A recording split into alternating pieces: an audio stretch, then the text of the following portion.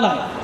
当我们看到穆纳鲁道对着自己族人说：“是日本军多到像奇兰山上的茂密的树林的树叶，多到像浊水溪溪旁两侧的石头，但我反抗的决心还要比奇兰山更坚定。”马耀多年这样一下来，他不只是穿梭在平地原住民，大半的作品30多部，有非常多的呈现出山地原住民我们在高山上的困境，我们在高山上的无奈跟无助，在都市丛林中的失落跟挣扎，这个才是真正我们要的立法委员。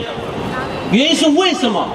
当立法委员在立法院定一个法律的时候，难道说我单单的定就平地原住民阿密说一体适用？当空壳的自治法通过，一样的山地原住民、平地原住民都一样被遭殃。当他定的这个莫拉克的特别条例，一样居住在南半个台湾南有许多的一些平地的原山地的原住民一样的受到遭殃。当我们看到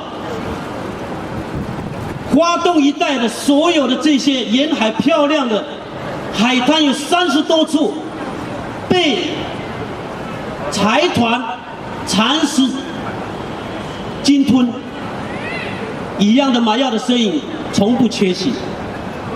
当总统这么重要的辩论，我们第一次的总统3组的候选人辩论，没有提到原住民，我们可以接受。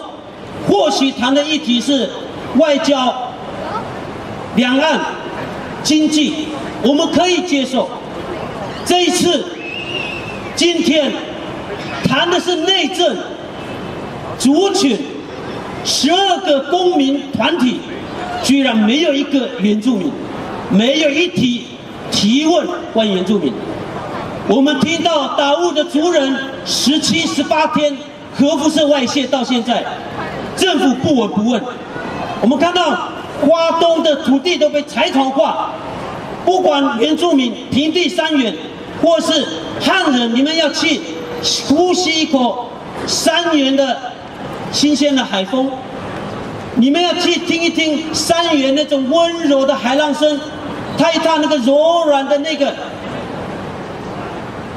赤桐部落海滩的柔软的海滩，看它的椰子蟹，要付费，这就是政府在干的。今天政府所有在谈的，难道原住民命在旦夕？原住民的未来，原住民的土地，牵涉到所有台湾的永续，你还要谈国土富裕，你还要谈国土计划，这个实在是让我们觉得丈二金刚。所以今天政府在谈的是猛男秀，谈的是2颗柿子，谈的是农事。今天马耀背后，他在公示前面排挤。昨天在立法院，马耀背后召开记者会，提出他严正的抗议。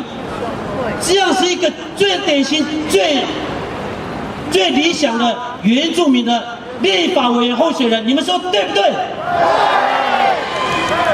马耀他参选，他有更大更深的指标跟意义。